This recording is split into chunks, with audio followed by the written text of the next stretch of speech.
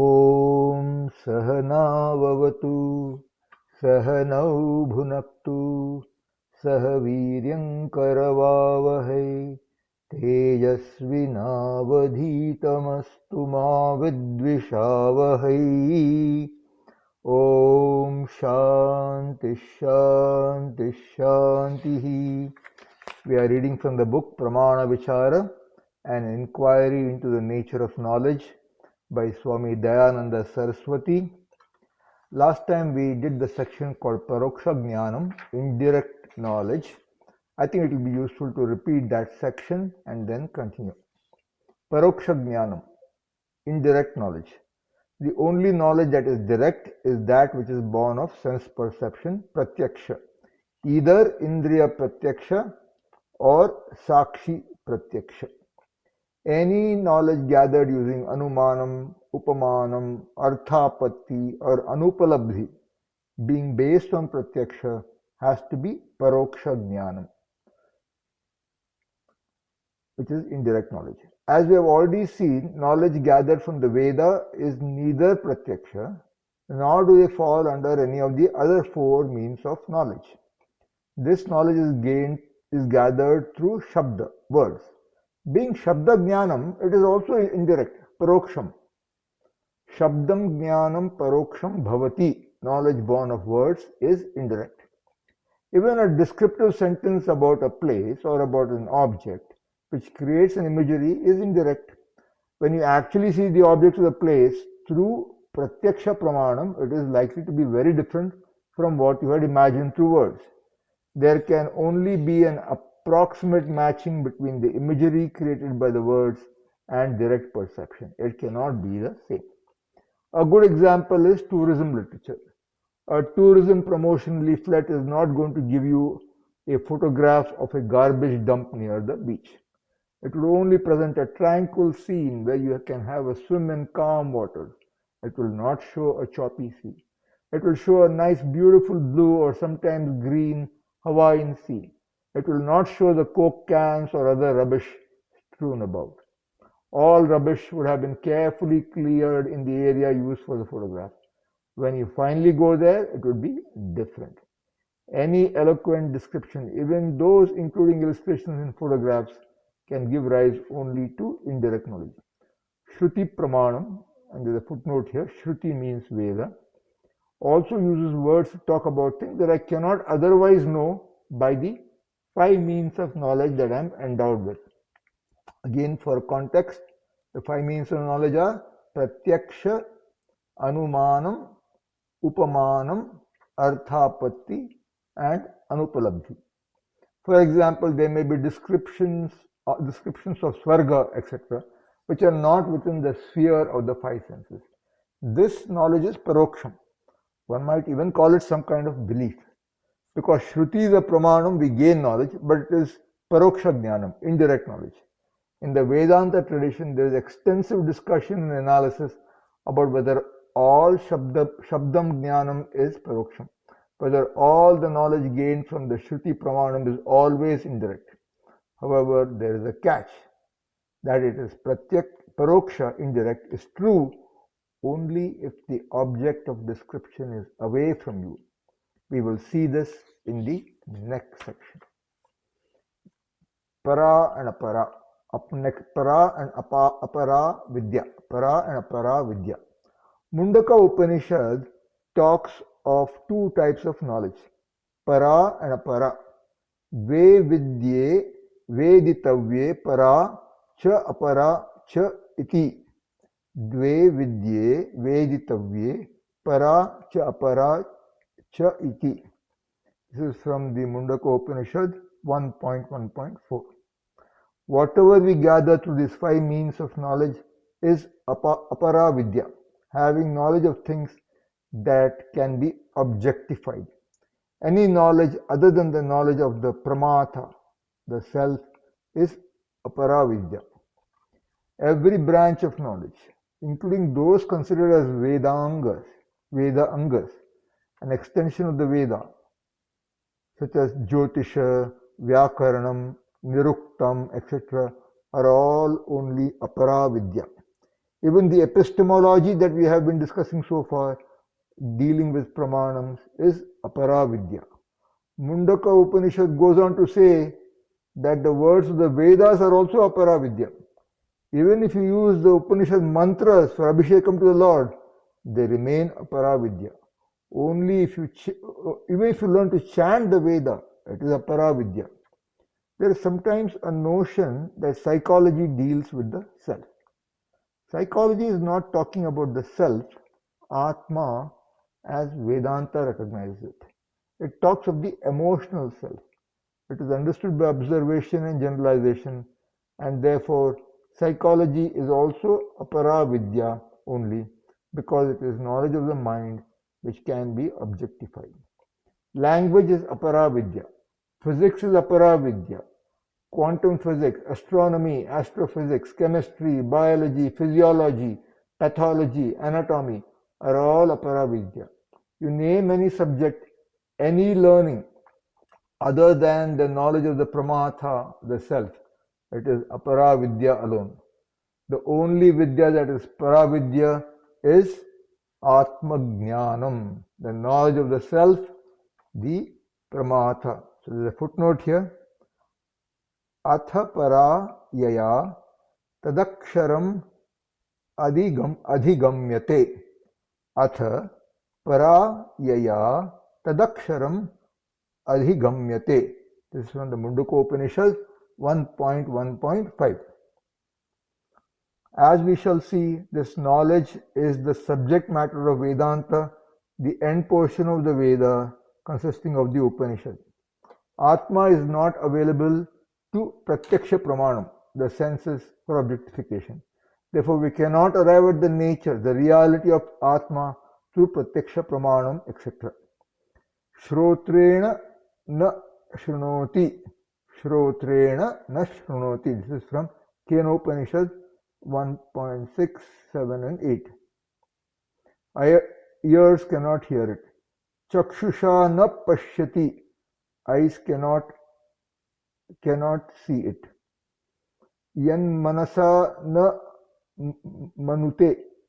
Mind cannot objectify it. Atma Jnanam is also not indirect, like the knowledge of Svarga, etc., that we gain from the earlier portions of the Veda. Vedanta is the only pramanam that can reveal the nature of the Atma. Suppose the pramata, this knower, who has a will, who enjoys the pramana phalam, does not know what the reality of the knower is.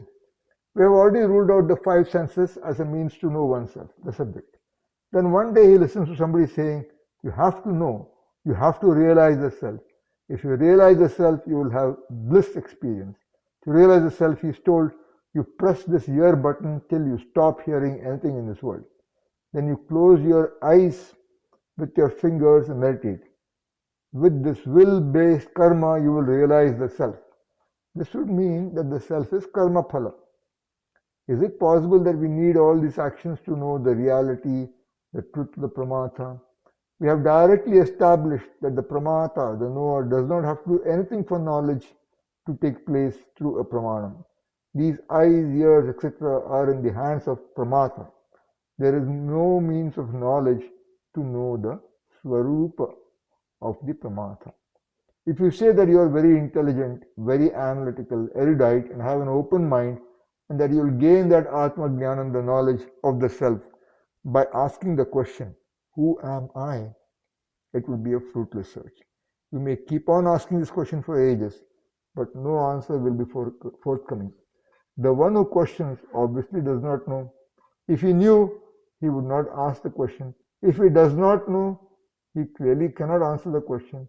If he has got an answer and the capacity to answer, he will not ask the question. Therefore, who will answer this question? He goes on repeatedly asking, who am I? Then one day he gets enlightened. What is this enlightenment? What is this enlightenment? I do not know who I am. I am asking the question, and then I expect myself to answer the question. So, we have to find a pramanam other than what we have at our disposal to get the answer. This is Vedanta pramanam.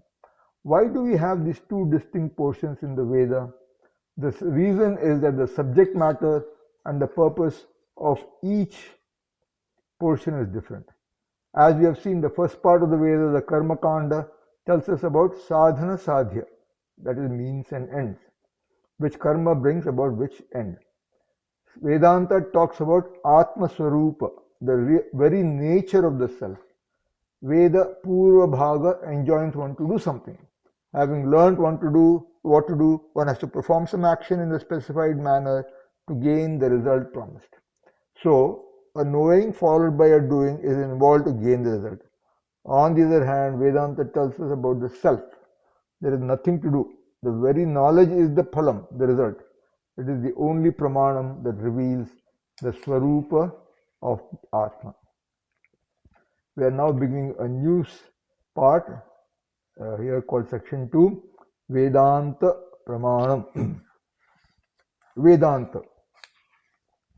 The last portion of the Veda, called Vedanta, because it generally appears at the end of the Veda, Vedanta comes from Veda Anta, end of the Veda.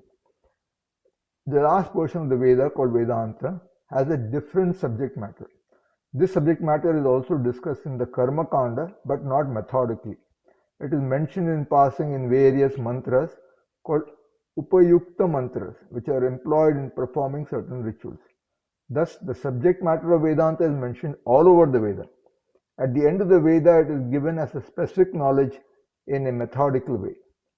The Vedanta portion of each of the 4 Vedas consists of several Upanishads. In all of them, the format for unfolding the knowledge of the self is consistent. Typically, a mumukshu goes to a teacher, who may also be his own father, and asks him to teach about Brahman. In the Taittiriya Upanishad, for example, Bhrigu goes to his father Varuna and says, Adihi Bhagavo Brahmeti, Adhihi Bhagavo Brahmeti. Hey Bhagavan, revered sir, please teach me what is Brahman. Varuna tells his son, Brahman is Jagat Karanam, the cause of the entire world. The world is sustained by Brahman, and until that Brahman the world dissolves. He goes on to say that this Deha, body, is Brahman. Prana is Brahman. Mind is Brahman. What about me, the doer? I, the Karta, is also Brahman. What else is Brahman? Ananda is Brahman. Ananda is something everyone recognizes. This Ananda that we know comes and goes and is transient. How can this perishable Ananda be Brahman? The answer is that the perishable Ananda which comes and goes is sustained by Brahman, whose very Swarupa nature is Ananda. This is the Ananda you have to know. Varuna tells his son, Tat Vijignatsava Tad Brahmeti, Tad Vijignasasva Tat Vijignasasva Tad Brahmeti. Know that Brahman to be yourself. This is not a anuvada, a restatement. This fact is not something that is already known, nor is it something that can be known by any other means, nor can it be contradicted in any way. One might think, well, I know myself, quote unquote, I is known to me, while whatever you know about yourself is Satyam Jnanam Anantam Brahma. Your being that Brahman is not known to you. What the Shastra tells us is that, quote unquote, I is Brahman, the Jagat Karanam.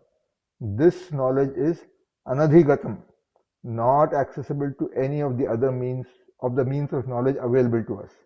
This knowledge is born of an independent means of knowledge. The words of the Shastra, Shabdam, is not known to you at all. There is no other way it can be known, nor can it be objectified by the 5 means of knowledge. Shastra says, whatever you objectify, including the Pramatha, is Brahman. But Brahman cannot be objectified by the 5 means of knowledge. This is anadhigatatvam. It is not negatable, abadhitam, by any of the means of knowledge you have, because it is about you. The one who negates is you, present as Brahman. How can you negate yourself? It is also phalatva, phalavat, moksha being the phala. You cannot even say, I am not interested in that phala. I am interested only in security, freedom from dukkha. That freedom comes freedom from insecurity, freedom from dukkha, is the very swarupa of Brahman. That is the subject matter of the Vedanta. Next section. Knowledge is Ishvara. We have seen that the entire Veda, both Karma Kanda and the Upanishads, are Pramanam. The 5 Pramanams at our disposal cannot objectify things mentioned in the Vedas, such as Swarga, Punya, Papa, Devata, connection between the ritual and the result, Veda mantras, etc. There is a footnote here. It is incorrect to translate Swarga as heaven. Heaven has got its own concept, and Swarga is a word of the Veda. This knowledge cannot be gained through any of the available means, much less the knowledge of the self, the Pramata. The Veda is the only Pramanam, only means of knowledge that reveals these Vishayas, topics. When the Veda talks about karma, loka, karma phala, it is only indirect knowledge because it is not available to any of the indriyas, sense organs, for direct perception. However, it is valid knowledge because it is Veda Pramana Janita Jnanam. Veda Pramana Janita Jnanam. Knowledge arising from the Veda, which you accept as Pramana. It is knowledge, albeit indirect. There is no way of rejecting the knowledge, no basis for saying it is only a belief. No human being, not even the rishis who gained this knowledge and gave to us, could have gained it using only the 5 means of knowledge based on Pratyaksha Pramana. The rishis who are the recipients of this knowledge received it directly from Ishvara. They are not the authors of this knowledge. In fact, Ishvara is responsible for any knowledge you gain through the 5 means of knowledge that have been given to you. There is an order, an epistemological order governing the 5 means of knowledge. That order is Ishvara. Look at this yellow flower. You gain knowledge of this particular object because of your eyes. Can anyone claim it is not Ishvara's knowledge, but it is my knowledge? They cannot. The means of knowing, eyes that can see color and form, is within the order of knowing and is given. It is not as if you came into this world without eyes and then you decide to get some eyes. You can get only ICE, eyes. Even there, the possibility of ice is a given, that water can be frozen to become solid is a given. Our senses and our mind are given. Everything is within Ishvara's order. All means of knowledge are within that order. We can employ them and gain knowledge. That we can gain knowledge is given. Even when we say this is my knowledge, really speaking it is Ishvara's knowledge. What the rishis received is Ishvara's knowledge. For Ishvara is all knowledge. Your small knowledge, Alpajnanam, is not outside all knowledge, Sarvajnanam. Even though the word small is longer than all. The source of every knowledge is Ishvara. The rishis received this knowledge directly without the interference of the 5 means of knowledge. They are mantra drishtaraha, with the ability to intuit the vision directly. The word drishta comes from the root drish, to see. A rishi is one who sees. Rishati pashyati sarvam mantran jnanena iti rishihi. One who intuits all the mantras by jnanam. The word rishi cannot be translated as sage. It can only be translated as a seer. Drishta is the seer and not the author of this knowledge. Therefore, the rishis are only mantra drishtaraha, not mantra kartaraha. The knowledge available in the Vedas and Vedanta is called apaurusheya jnanam, not attributable to any human being. It is not connected to a purusha, a person, one who has access only to the 5 means of knowledge. It is something that is beyond the scope of the 5 means of knowledge. What is beyond these 5 means of knowledge is revealed by the Veda, so it is an independent Pramana. The knowledge of the Veda is compared to the breath of Ishvara. Asya mahato bhutasya nishvasitam etad rigvedo yajurvedah samavedo Atharvang Girasah. This is from the Brihadranika Upanishad 2.4.10. It was given, revealed to the rishis from whom we get this knowledge. Therefore, this knowledge is called Arsha, meaning that which has come from the rishis. Thus, we have Arsha Vidya, the Vidya gained from the rishis, and this Vidya is what obtains in the Veda.